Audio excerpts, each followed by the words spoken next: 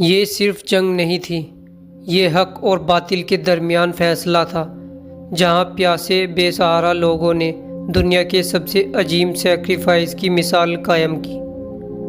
یہ ہے کربلا کا واقعہ، جہاں امام حسین نبی صلی اللہ علیہ وسلم کے نواسے ظلم کے خلاف کھڑے ہوئے اور دنیا کو دکھایا کہ حق کے لیے جان دینا اصلیت ہے، نہ کہ صرف جینا۔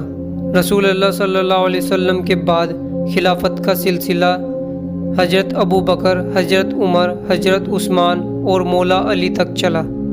حضرت علی کے شہادت کے بعد ان کے بیٹے حضرت حسن نے امن کے لیے خلافت سے دستبردار کو معاویہ کو دے دی، لیکن جب معاویہ کی وفات ہوئی تو اس کے بیٹے یزید کو خلیفہ بنا دیا گیا۔ یزید کا طریقہ اس کی اسلام کے اصول سے مختلف تھی۔ اس نے لوگوں سے جبراً بیعت لینا شروع کی، لیکن حضرت امام حسین نے کہا، ایک فاسق فاجر شخص کو میں کبھی بیعت نہیں دے سکتا۔ یہیں سے شروع ہوا حق اور باطل کا تقویٰ۔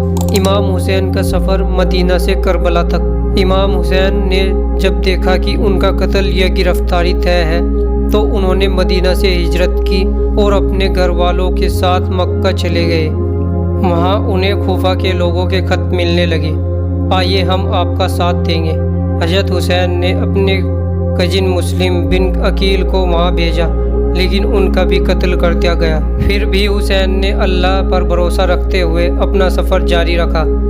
جب وہ کربلا پہنچے تو ان کا راستہ یزید کے لشکر نے روکا۔ نہ صرف راستہ روکا بلکہ ان پر پانی تک بند کر دیا گیا۔ 10 محرم تک یہ گھڑی آ گئی تھی، ایک طرف ظلم تھا اور دوسری طرف 72 لوگ۔ 10 محرم کا دن تھا، صبح سے لے کر شام تک امام حسین کے ساتھیوں نے ایک ایک کر اپنی جان دے دی۔ حضرت علی اکبر امام کے جوان بیٹے سب سے پہلے شہید ہوئے۔ حضرت قاسم بھتیجے جوانی میں شہید ہوئے۔ حضرت عباس جنہوں نے پانی لانے کی کوشش کی لیکن دونوں ہاتھ کاٹ دیے گئے۔ آخر میں امام حسین نے خود میدان میں قدم رکھا، زخمی ہوئے گر گئے، لیکن زمین سے کہا، الہی رجا تیری رجا میں ہے۔ ان کا سر تن سے جدا کر دیا گیا اور ان کی لاش کو گھوڑوں کے پیروں تلے کچلا گیا۔ امام حسین کے بعد یزید کے لشکر نے امام حسین کے خاندان، عورتوں اور بچوں کو قید کر لیا۔ انہیں کوفہ اور پھر شام کے دربار میں لے جایا گیا۔ وہاں حضرت زینب اور امام زین العابدین نے یزید کے سامنے حق کی آواز اٹھائی۔ انہوں نے کہا، اے یزید، سوچ مت، تم نے ہمیں شکست دی، تم نے صرف وقت جیتا ہے، حق اور دور ہم جیتیں گے۔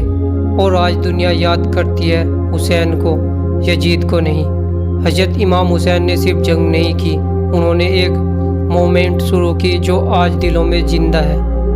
جب تم 10 محرم کو پانی پیتے ہو، ایک بار سوچنا، امام حسین اور ان کے 6 مہینے کے بیٹے علی اصغر کو ایک قطرہ تک نصیب نہیں ہوا تھا۔